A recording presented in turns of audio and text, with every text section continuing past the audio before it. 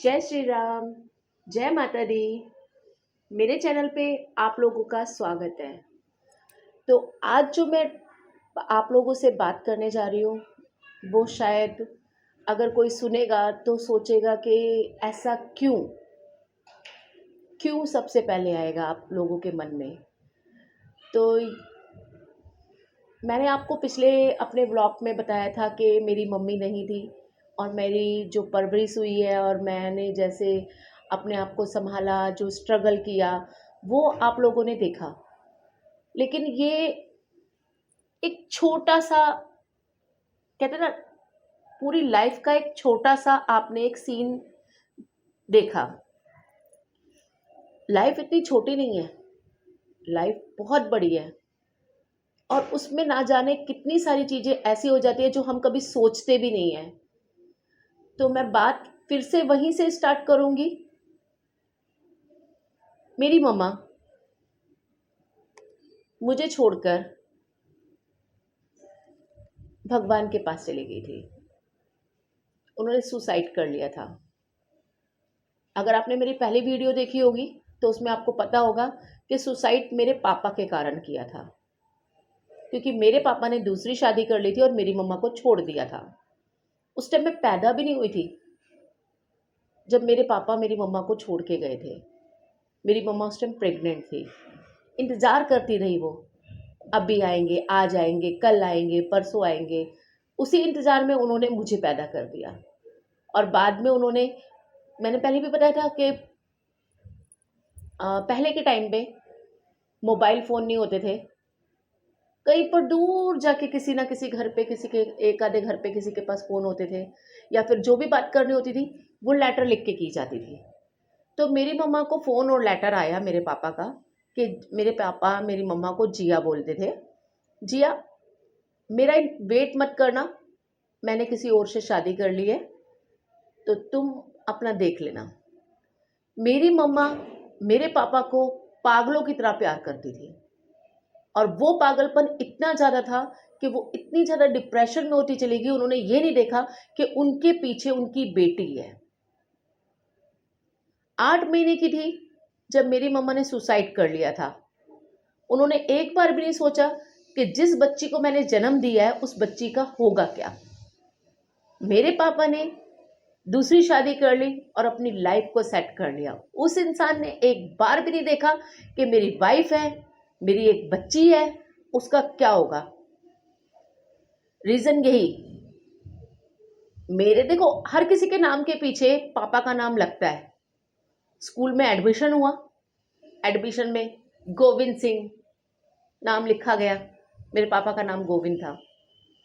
मैं, पता है, हमेशा ये कहती थी, जब मैं थोड़ी समझ गई थी ना, थोड़ी समझने लगी थी बातों को, सबसे पहले मैं ये कहती थी मेरी माँ में कमी क्या थी जो आपने मेरी माँ को छोड़ा और दूसरी शादी की। आपको बिल्कुल शर्म नहीं आई। मेरी मम्मा किसी से कम नहीं थी, मेरी मम्मा मुझसे भी ज्यादा सुंदर थी। मैं सुंदर नहीं हूं, मैं अपनी तारीफ नहीं कर रही हूं, लेकिन यहां पर उन्होंने ये भी नहीं देखा मेरी छोटी सी बच्ची है जिसका चेहरा तक नहीं देखा था उन्होंने, और वो छोड़ के चले गए थे। मेरी मम्मा ने तो सुसाइड कर लिया था क्योंकि वो टेंशन में आ गई थी। वो जी नहीं पा रही थी, उस इंसान को उसने इतना प्यार किया था ना कि वो जी नहीं पा रही थी और सुसाइड कर लिया, छोड़ दिया मुझे पीछे से। जब स्कूल में मेरे नाम लिखा गया ना पापा का, जब तक मुझे समझ थी तब तक वो चला, लेकिन जब मेरे को समझ आने लगी ना तो मैंने ना उनके नाम के आगे ना लेट लगाना स्टार्ट कर दिया। कोई भी अगर पूछता था तो लेट गोविंद सिंह, लेट गोविंद सिंह। क्यों? मैं उस इंसान से नफरत करती हूं,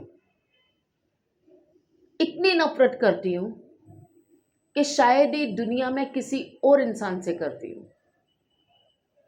इतनी नफरत करती हूं क्योंकि उसने सिर्फ अपने लिए अपनी लाइफ को देखा। उन्होंने ये नहीं देखा कि मेरी वाइफ है, मेरा इंतजार कर रही है, मेरी बेटी पैदा हुई है, मुझे उसे देखना है। पता है, आज भी ना, आज भी माँ बाप का प्यार जो मुझे नहीं मिला, आज तक रोती हूं मैं। क्यों?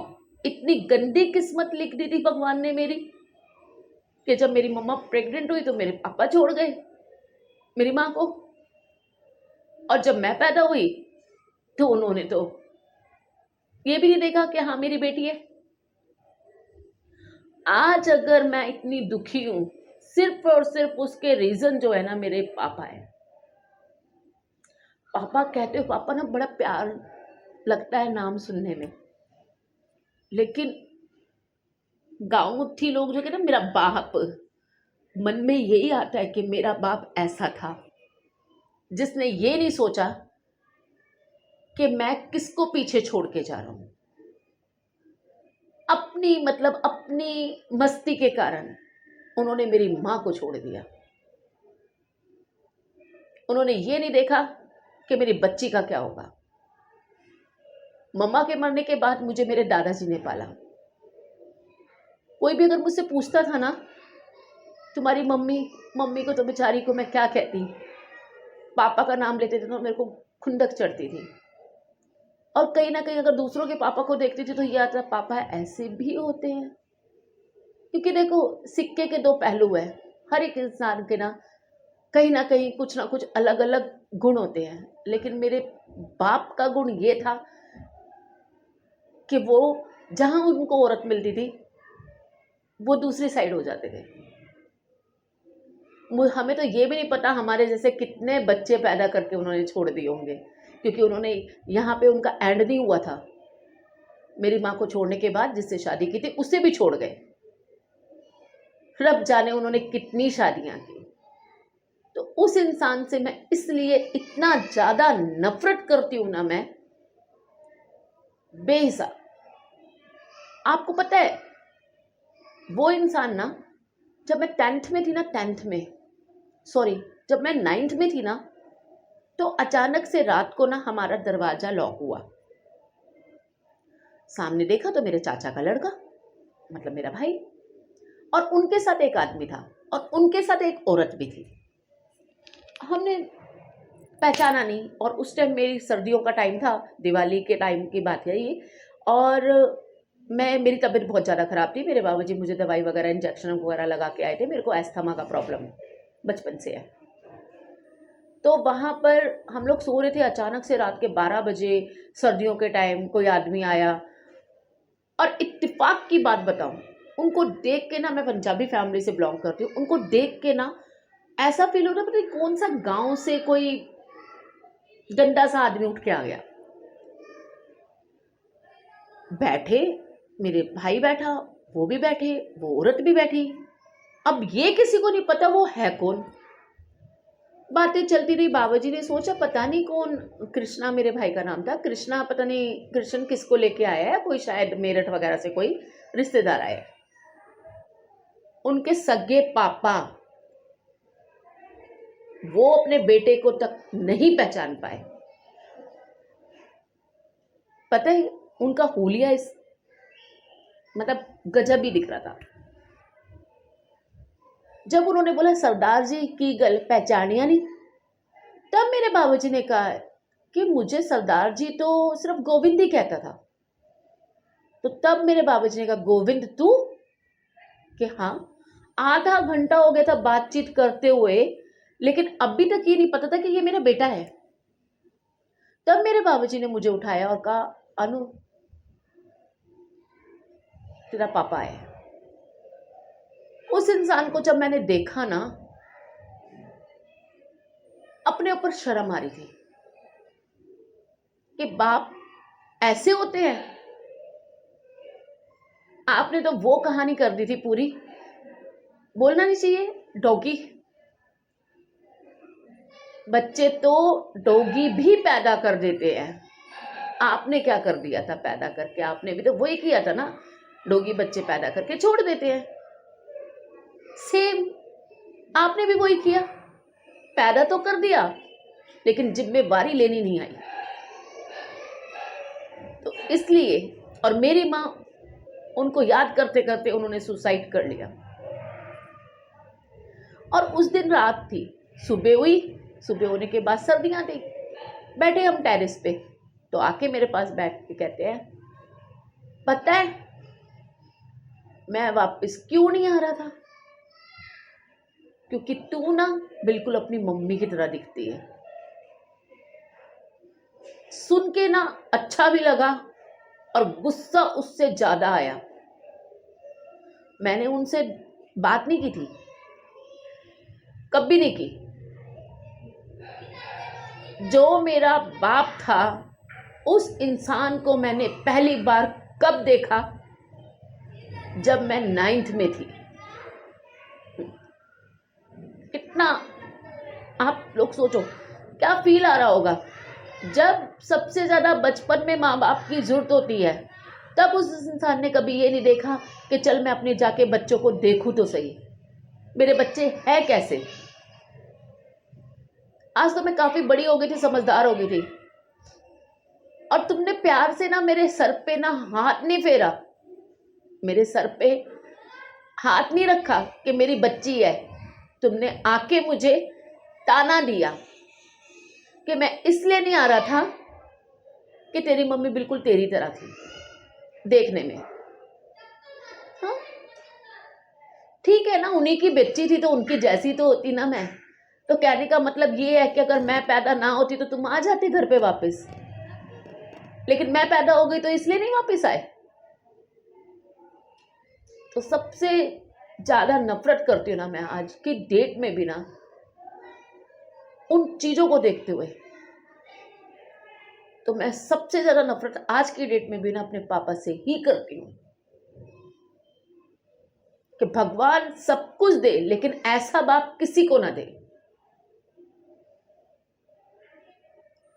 मेरी मां के मरने के बाद भी वो इंसान नहीं आया था उन्हें देखने के लिए। 9th में, मतलब 9th में मैं 13 साल की तो होंगी ना, मतलब वो 13-14 साल के बाद घर में आया। सॉरी मैं ऐसी लैंग्वेज बोल रही हूं।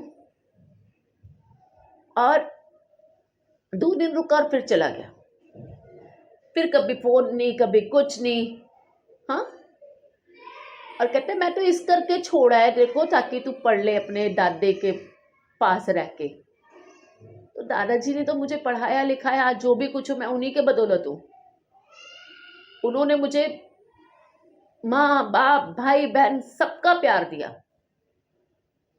क्या बाप ऐसे होते हैं सिर्फ अपनी खुशी के लिए, अपनी मस्ती के लिए बच्चे पैदा करके छोड़ के चले जाते हैं? तो भगवान अगर ऐसा ही होता है ना तो किसी को ऐसे बाप मत देना। लेकिन हाँ, उस इंसान का ना एक एहसान है मेरे ऊपर जो शायद मैं मरते दम तक भी नहीं भुला पाऊंगी। आज मैं जिंदा हूं तो, आज मैं मुंबई में हूं तो मेरे बाप के कारण ही। क्योंकि जिस टाइम ये कहानी आगे बताऊंगी,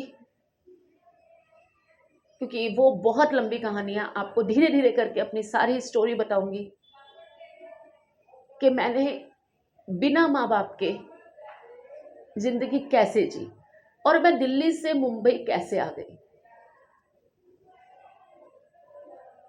भगवान किसी को भी ना, मेरे दुश्मन को भी ना मेरी जैसी किस्मत ना दे।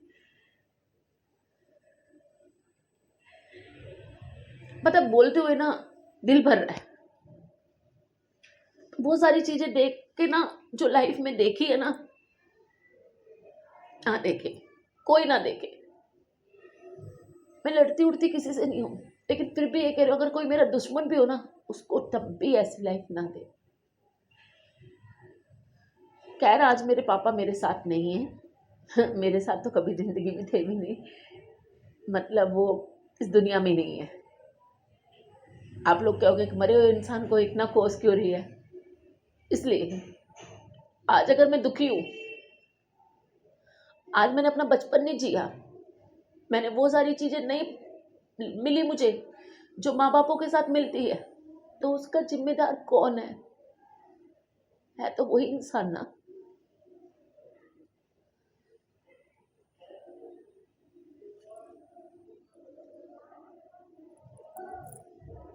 जो भी मेरे इस वीडियो को देख रहे हो, मैं ये नहीं कहती कि सभी की कहानी मेरी जैसी और किसी की भी कहानी मेरी जैसी हो। भगवान सबको, हर एक बच्चे के हिस्से का प्यार दे, सबको मम्मी पापा दे, सबको सबको मम्मी पापा का प्यार दे। कोई ये ना कहे कि मैं अपने बाप से नफरत करती हूँ या नफरत करता हूँ। आज की वीडियो में मैं इतना ही कहना चाहूंगी। आगे की कहानी फिर से सुनाऊंगी। ठीक है ना, सब कहते हैं ना, मुझे भी जरूरत है आप लोगों के साथ की। मेरे चैनल को सब्सक्राइब कर लेना, लाइक कर लेना और पूरी वीडियो देखना, क्योंकि कहानी यहाँ पे ख़त्म नहीं होती है। आगे की कहानी अगले ब्लॉग में बताऊंगी। जय माता दी, जय श्री राम।